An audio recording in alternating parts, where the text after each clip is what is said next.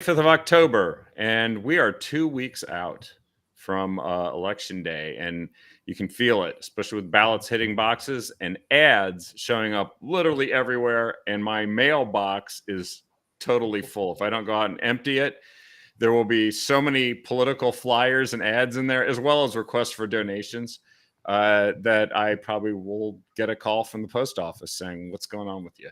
And I have turned in my ballot. Actually, just did it today, so I'm right at it. I'm Kevin Horth. My co-host is David Darnell. David, good to see you here, and we have a great great guest here tonight, the political director for the House Republican Caucus, Dru Draper. Dru, welcome to the show. Tongue-tied. Good to see you. Yeah, it's been a while. I think last time I was on, I was what was that, over the summer? It was. It's been a while. Yep. It was not using our old platform. We're using this new one, and so we were just working out the kinks here, folks. That's why we were a few minutes late, but we got it, and we look good. This is good, and we're happy to be talking about the momentum and the wind at our back in this election that I think we kind of feel. But we know better than being optimistic.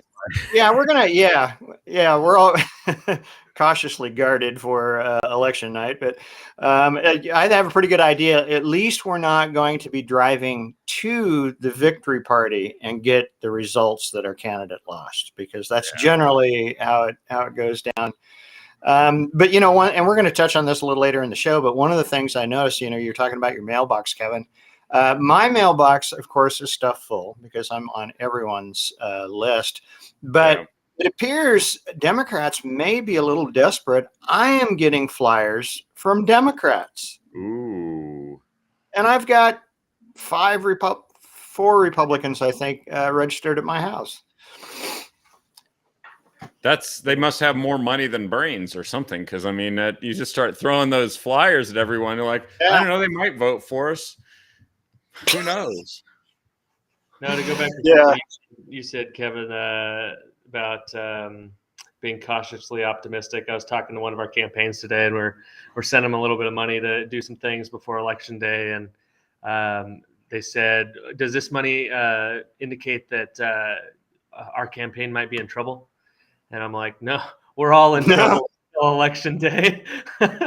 So, we feel confident about that race, but it's just like, nope, we just want to get you. We just got to get it over the finish line. So, we're in the final stretch. We're in GOTV execution mode. So, and to your point, Kevin, you already voted. I want to tell all of your listeners, I know there's a lot of Republicans out there that are wanting to hold on to their ballot until the last second. Do not do that. Just get it in, get it over with.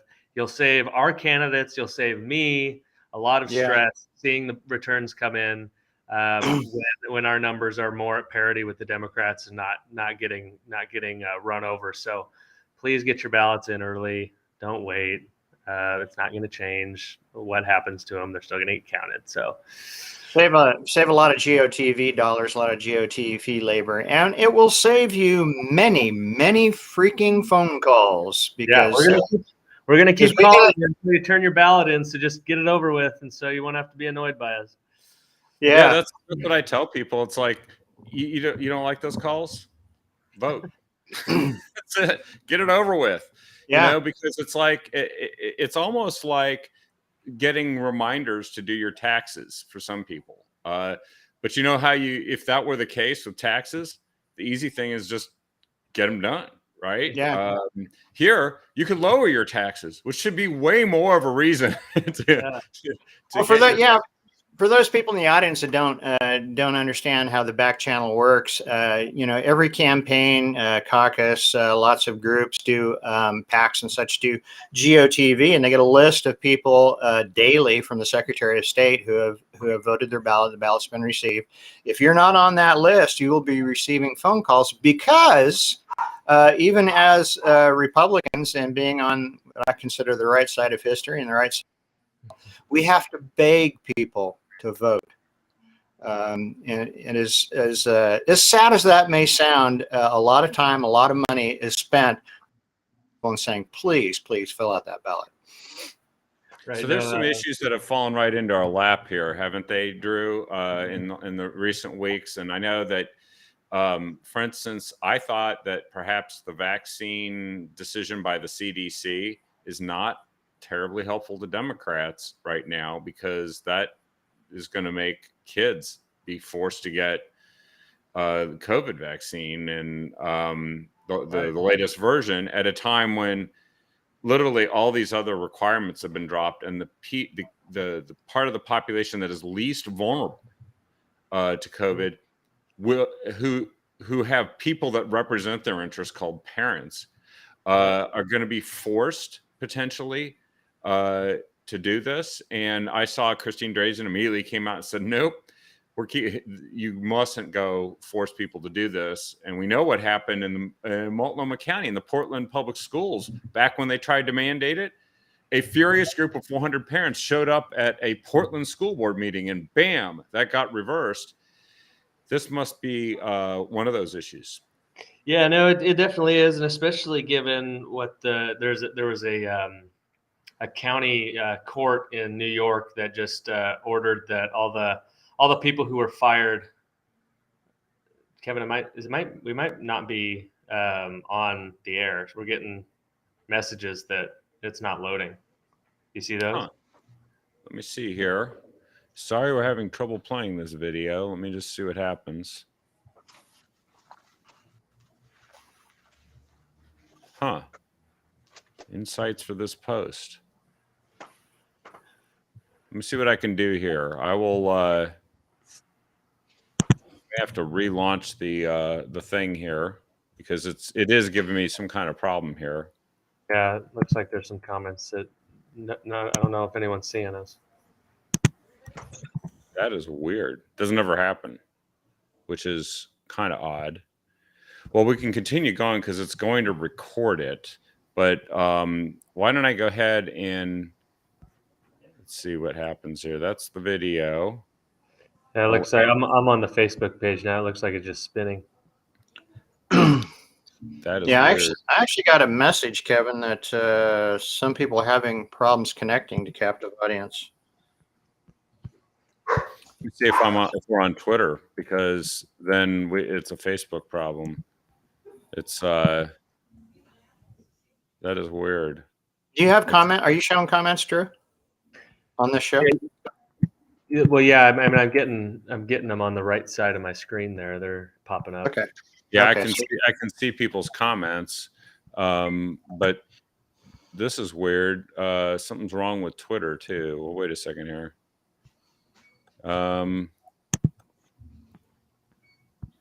Twitter seems to be going.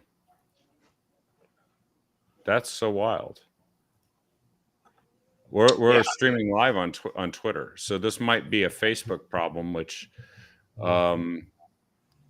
I don't know if there's. Let me see if I can toggle Facebook here. It is. I am not getting it to play either. Let me try this, and then let's see if that does something. And let's check out YouTube too, because we're streaming on YouTube.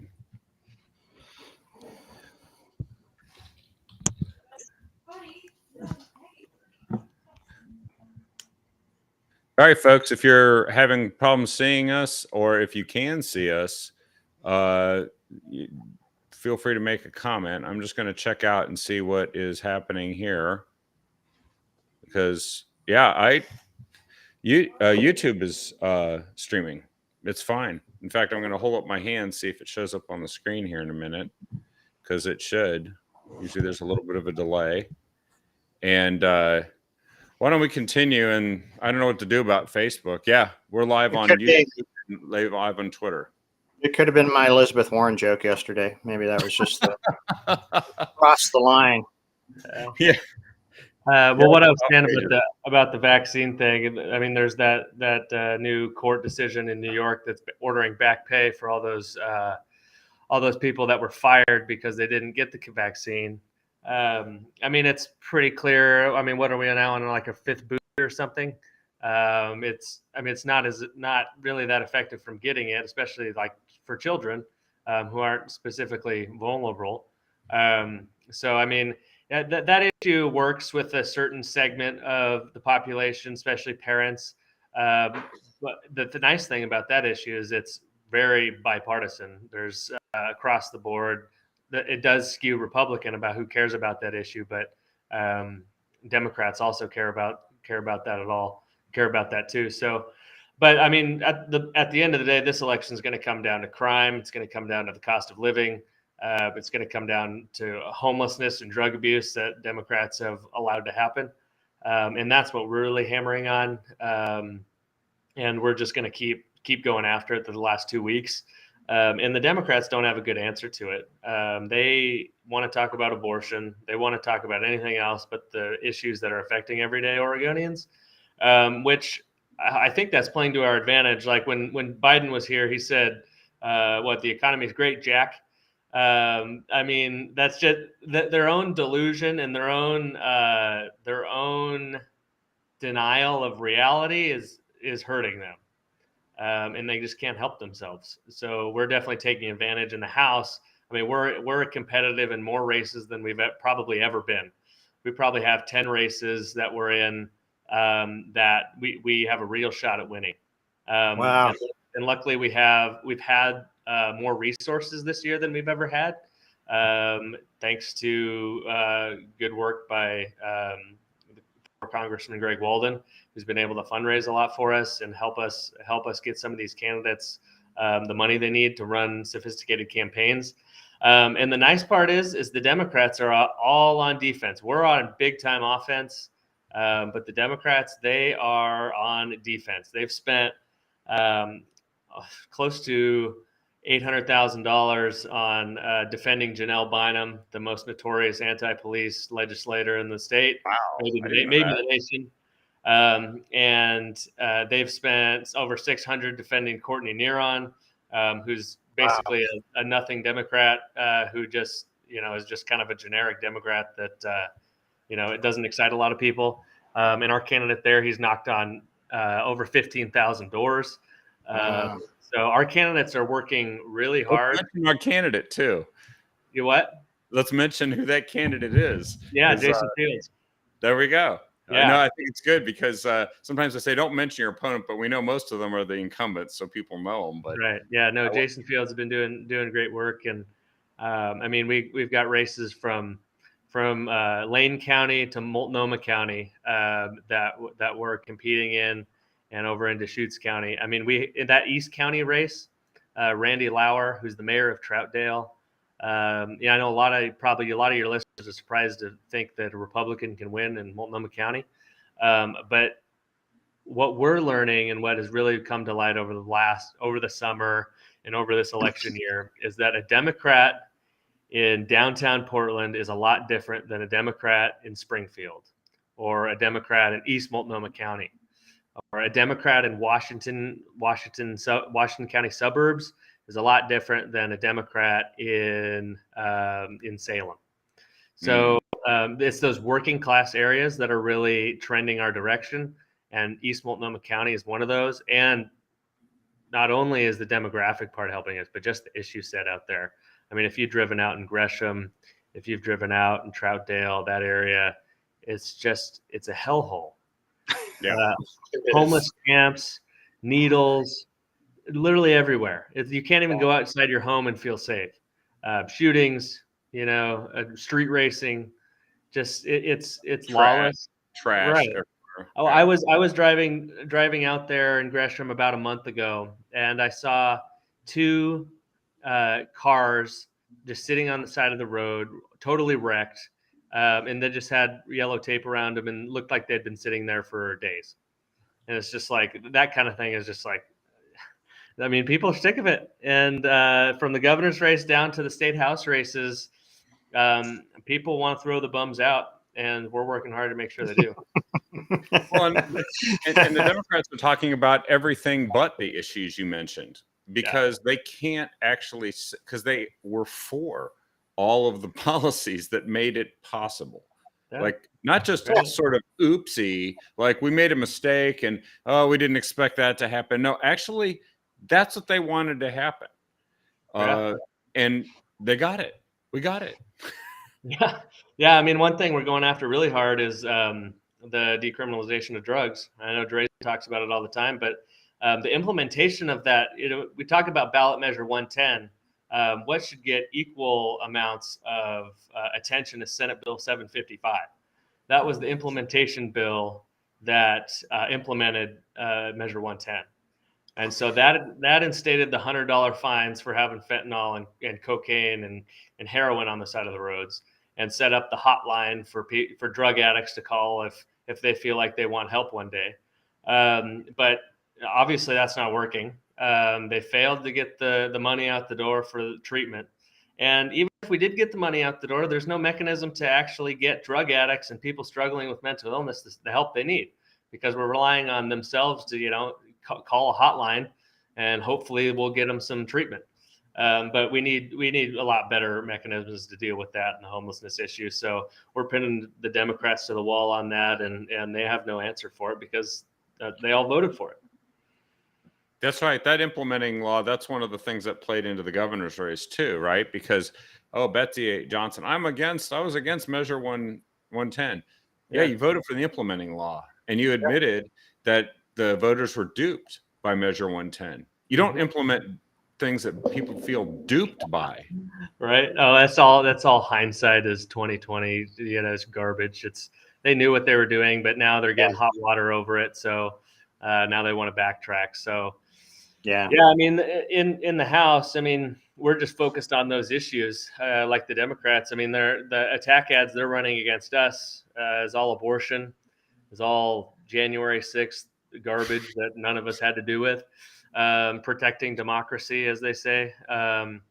So it's not resonating with voters. They're not moving numbers. We're the ones moving numbers, and that's why we're on offense and they're on defense.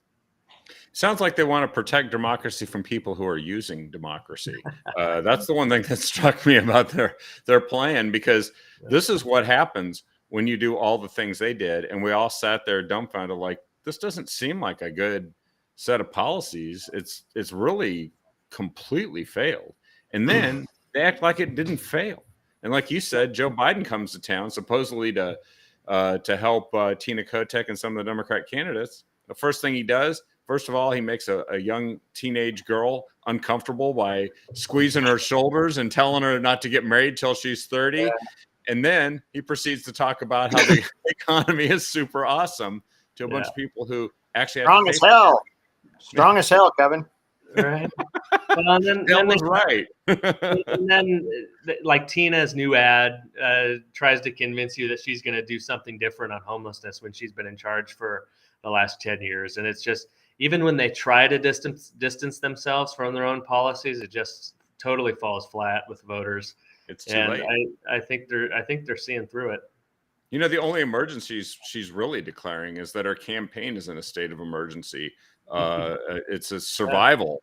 But so coming back to these House races, David and I both remarked to each other in the last few days that we noticed, and I don't watch a lot of network television, but watch football games and basketball, Blazers games, which have been great lately, by the way, and some other things that are every once in a while I stumble upon the local news chocked full of political ads, as well as on YouTube. Those ads they stick in there sometimes at the beginning or the middle of a video you're watching, and every one of them has been consistently. We've seen races we never thought there would be ads running, attacking a Democrat that I've never heard of, attacking a Republican that I don't know that much about yet, and I don't think a lot of other people do, by name. And I'm like, they're in trouble. Yeah. Well, I was in Hubbard. I'm mostly in Josephine County now, but I still have a place up in Hubbard and Marion County, and I've been in HD 18 forever. I'm not sure if I still am, but one of the first ads I saw when I turned on network television, because I don't have it down here in Josephine County, is an attack ad for against the Republican candidate in House District 22. Mm-hmm. And I thought, wow, man, that's different. Yeah, no, I mean the Democrats, like I said, are totally on defense. They're spending almost all of their money protecting their own incumbents. In that House District 22, I guess, is an exception to that. Their candidate there, Tracy Kramer, has been running an absolutely phenomenal race.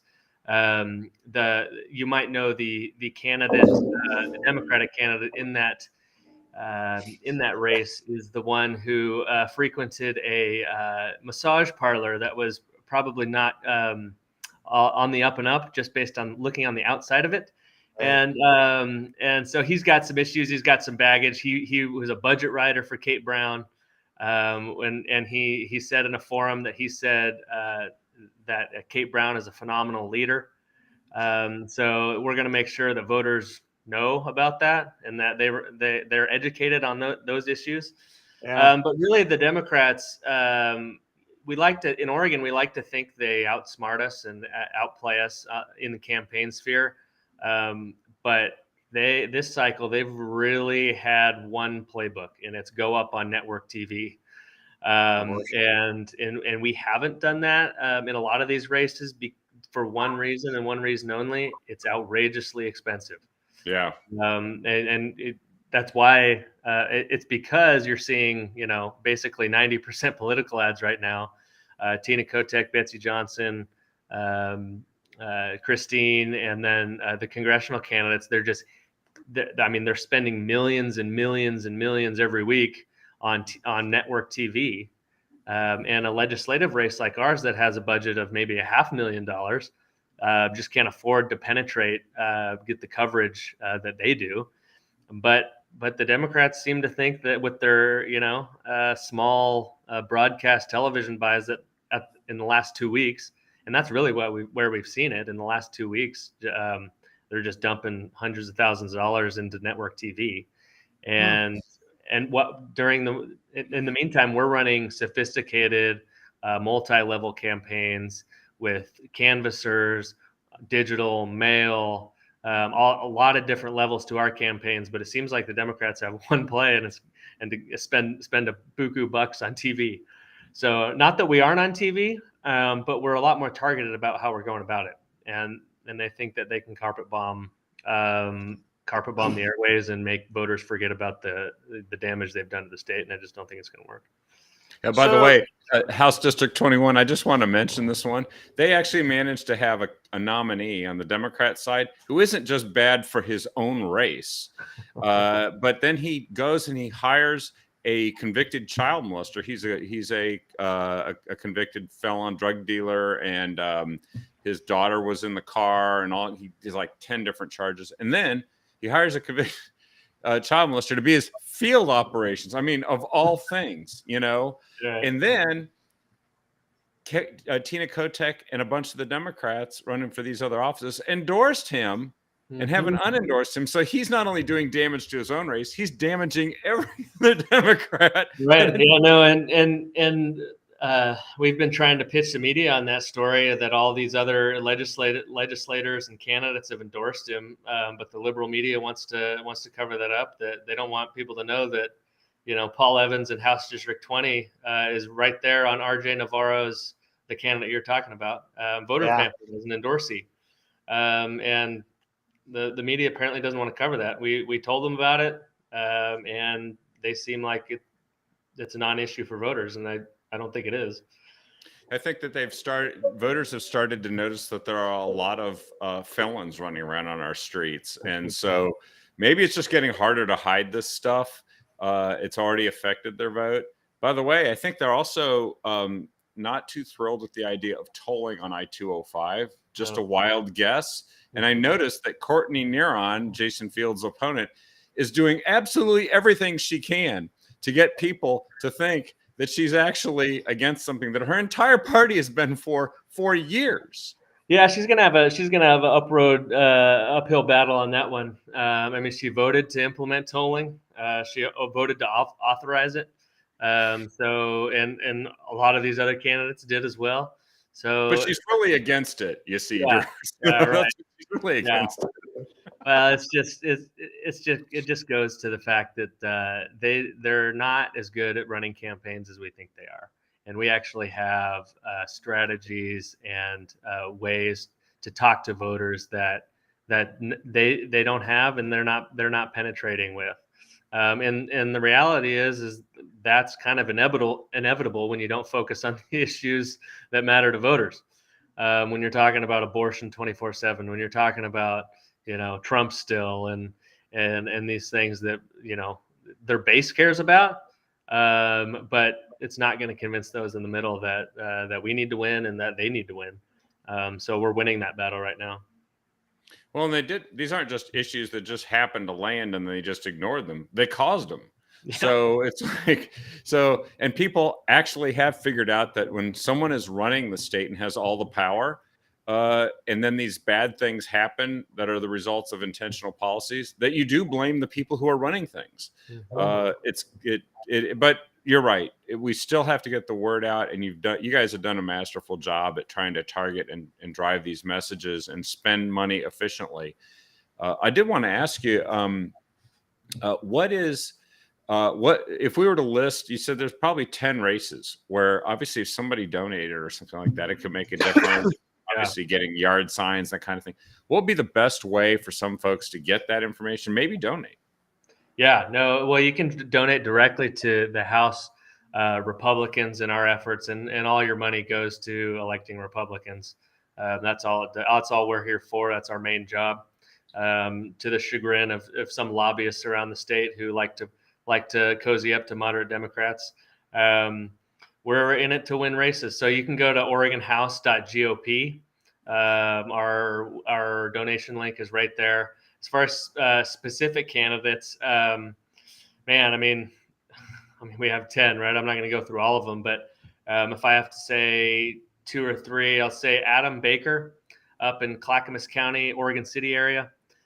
He's a Gresham police officer. So talk about someone who's seen the impacts of crime firsthand in Gresham.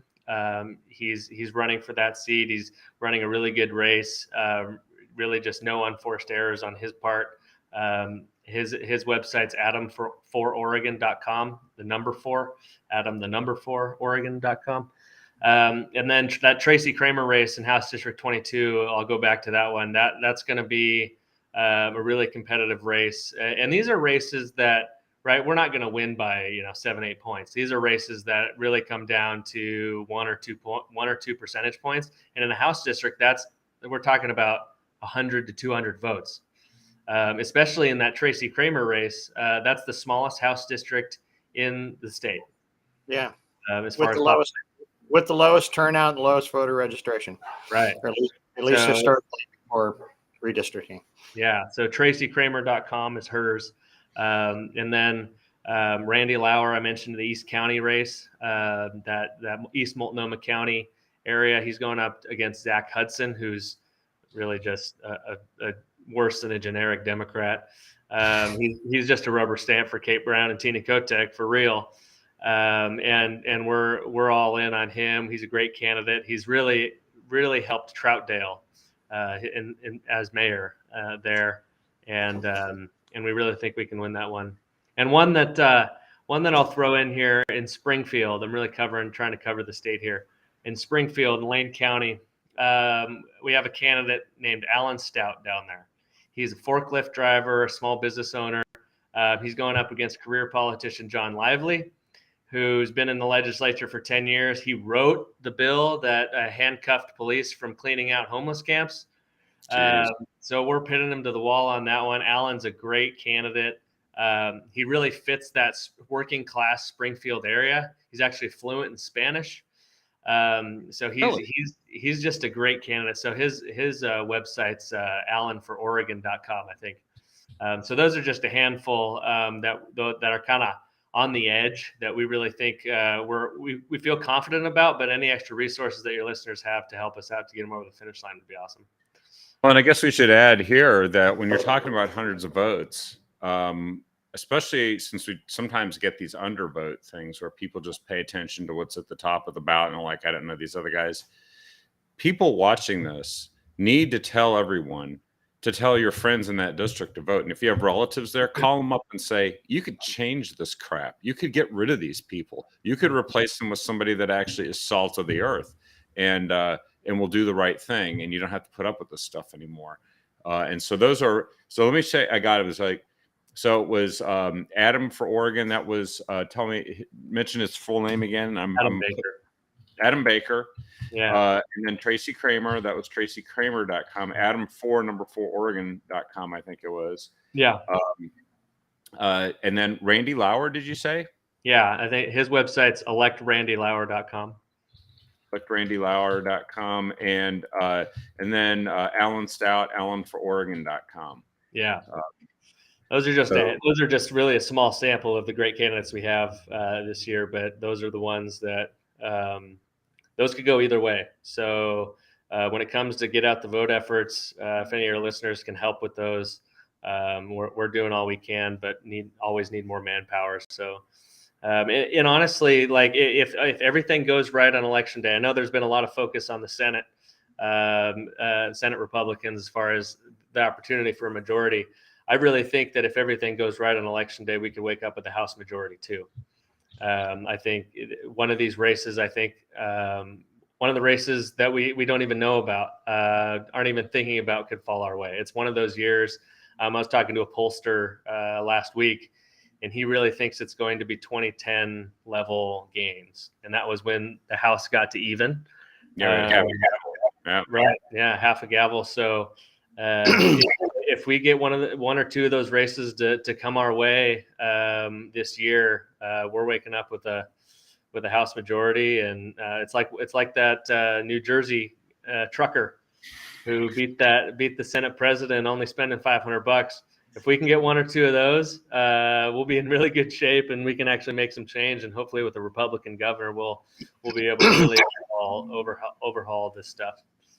Well, and it's interesting when they were running those negative ads against Republicans that didn't have high name ID, they're in trouble because that's something you don't do. You don't take somebody who doesn't have name ID and run an attack ad against them mentioning their name and giving more name ID. Usually that's the opposite of smart. You just promote your candidate and say her opponent is, blah, blah, blah, and ignore him or her.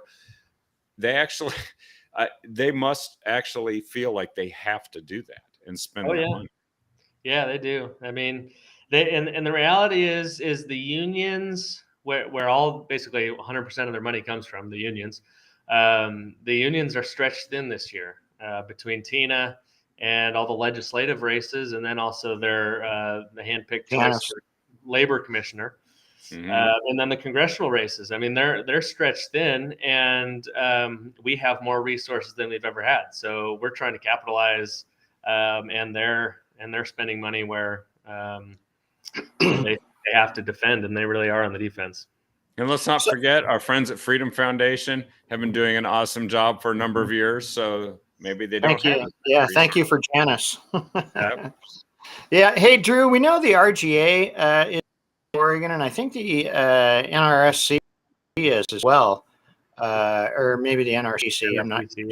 Well, the NRCC. Is the like the NSRL? RSLC, right? RSLC, yeah. No, I was going to mention that. I'm glad you brought that up. I mean, they've invested in Oregon more than they ever have this year. I think they're up over $1 million between the House and the Senate. And they just recently contributed a little bit more to our GOTV efforts on our texting plan. So, I mean, they've been a really great partner for us. They've really helped us get out some of that information about RJ Navarro and the flaws in some of our other candidates. Because when the Oregon media won't cover it, it's helpful to have the national media who actually cares about reporting the facts. They've been really helpful in that front, and yeah, I mean, and I was just on a call with them earlier today, and they've been really impressed with the way what we're doing here. And the one thing is that there's a lot of Democrat money out there that's been unspent, and so they tipped us off that it might be coming. So I don't know. I don't think they can buy the last 2 weeks when we've been running solid campaigns for the whole year. but they're probably going to try, and Yeah.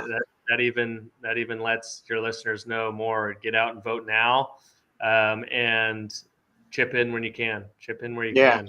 We need the volunteers, we need the money. To your point you made earlier about giving some money to one of the campaigns, and the campaign asking if they were in trouble because you were giving them money. For those of our listeners who don't understand, when money comes in, like the RGA and such, it's not an indictment of the campaign. It's because they believe the campaign is doing well. Right. And this is the most participation from national organizations I've ever seen in Oregon. Yeah. So I'm No, really it's happy. true. I was in Indianapolis at the RSLC meeting last month at the beginning of September, and you know we've never really been invited. I mean we've gone to those meetings in the past, but not on the level of participation that we have this year. And it's really they've been a great resource for us, getting resources and advice and just helping us win. And the national groups have been a great help, and it really is a testament that they think we can win. Yeah. Yeah, and Zach Kraft has been doing a lot of stuff. I've been getting these press releases that he's been doing from the RSLC, and they're great. They actually, and the one thing I noticed is not only what David mentioned about the amount of national engagement from different groups, but actually the kind of tag teaming. I know that they don't really coordinate per se, but like Zach, in the thing that he sent out today, legislative Republican candidates yesterday joined members of law enforcement and Christine Drazen and local leaders for a roundtable discussion on how to improve public safety. Mm-hmm. And so it literally had a link to a Christine Drazen video post about, so she's doing something with her campaign. Boom, these candidates are right there and highlighting that too. And then we know a lot of other things on the get out the vote side are going on with the congressional candidates. It is kind of one team, one fight, integrating together.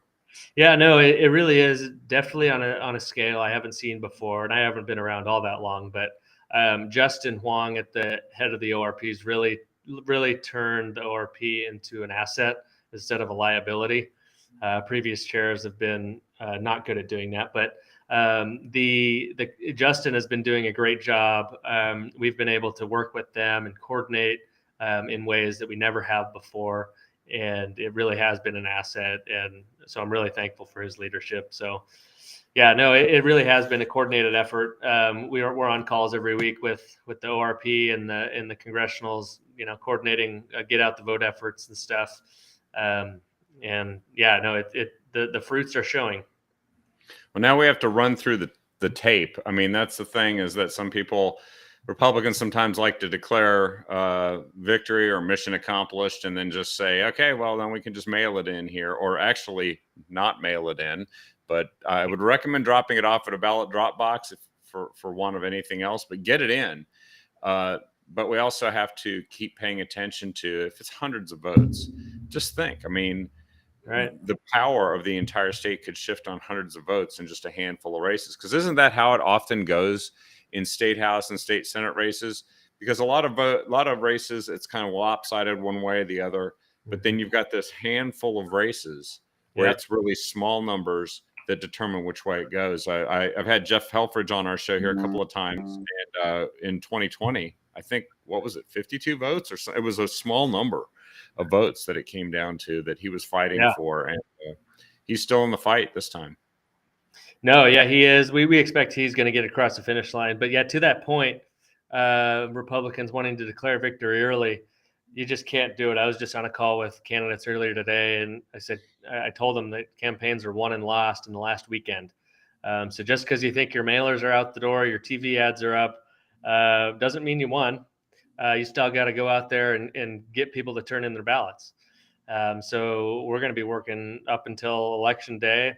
And on Election Day, calling people down, knocking on their doors to have them turn in their ballot. And it's really going to come down to those low propensity voting Republicans to help us get across the finish line. So we're focusing a lot of time and energy on them. So if you're one of them listening, turn in your ballot. It's step up. We can't afford Republicans who don't vote. So that's we can't have that 20 or 25% that's doesn't vote in a midterm like we have in previous cycles. Just can't have that. yeah.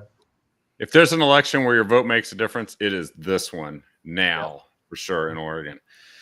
Well, let's any other topics you just wanted to bring out for us here before we because I know we talked about schools and how upset they must be about that report that came out. The Democrats. Yeah, no, I mean, education is another one that a few Democrats are trying to hit us on education. And I think that worm has turned on that issue. It used to be that Democrats were more trusted on education. And given all the crap that's gone on in the schools the last couple of years, I don't think their attacks are landing. I mean, their only attack on us is that they want to spend billions more on a failed system than we do. Right. We actually want to give parents and students some control over their own education, but they just want to keep throwing more money at it, and they think that's a useful attack. I don't think that's going to resonate with voters. They actually want real reforms, not just a contest for how much money you can spend. So I do think the worm is turning on that. I mean, it seems like reports every week come out talk about how bad our schools are, but yeah, no, I mean, we have real solutions that give the parents and students the control they deserve. So that's what we're going to keep running on. Well, and they know they're paying more for these schools and getting either lockdowns like they got before or just poor performance. And state Republicans bank on winning education wedge issues, school choice, parents' rights. There was an article in the Salem Reporter. I scroll down. Republican candidate Tracy Kramer is talking to voters in Woodburn, Gervais, and Salem. It's right there. The races you mentioned are being impacted by this issue. Yeah, no, for sure. I mean, it's a good one in that Tracy Kramer race because her opponent's a school board member in Woodburn, and he voted to gut graduations, implement that 744 bill that gutted graduation standards. So we're just going to keep running on those issues, and it seems to be working. Worked in Virginia. Yeah. Yeah, it did work in Virginia. And of course, the governor of Virginia was just out here to make that point for us at a rally with Christine last week. Well, Kevin, my computer's about to die here, so I'll probably. Yeah, no, I think we've kind of gotten to the end here. Thanks again for joining us, Drew. Yeah. And again, Oregon House was it Oregon House Republicans? Yeah, political. Oregon House GOP. Yeah. Yeah, no, thanks for having me, guys. I really appreciate it. Good conversation. Go out and vote. We look forward to the post-election one with big smiles. How about that? Yes, sounds good. All right. Take care, Drew. David, thanks for joining me here tonight as well. Thank you, Kevin. And we will be back tomorrow night with another episode of The Captive Audience. We expect to have Ben Edel, a candidate for state senate, on, and he's going to talk about some things he's learned from Democrats in his district, a tough district. Yep. But also a district where Democrats are telling him stuff that they don't want other Democrats to know about how they're going to vote for him. And I think we'll have an interesting time talking about that one. And I think we'll have Don Anderson on too. Good stuff. Thanks, everyone. Please share the show with everyone you can. And we will load this up to Facebook after this show is done, so that everybody who's on Facebook can still watch it. Sorry about the technical difficulty, but we're on YouTube and Twitter as well. And we look forward to seeing you guys at the next show. Have a good one.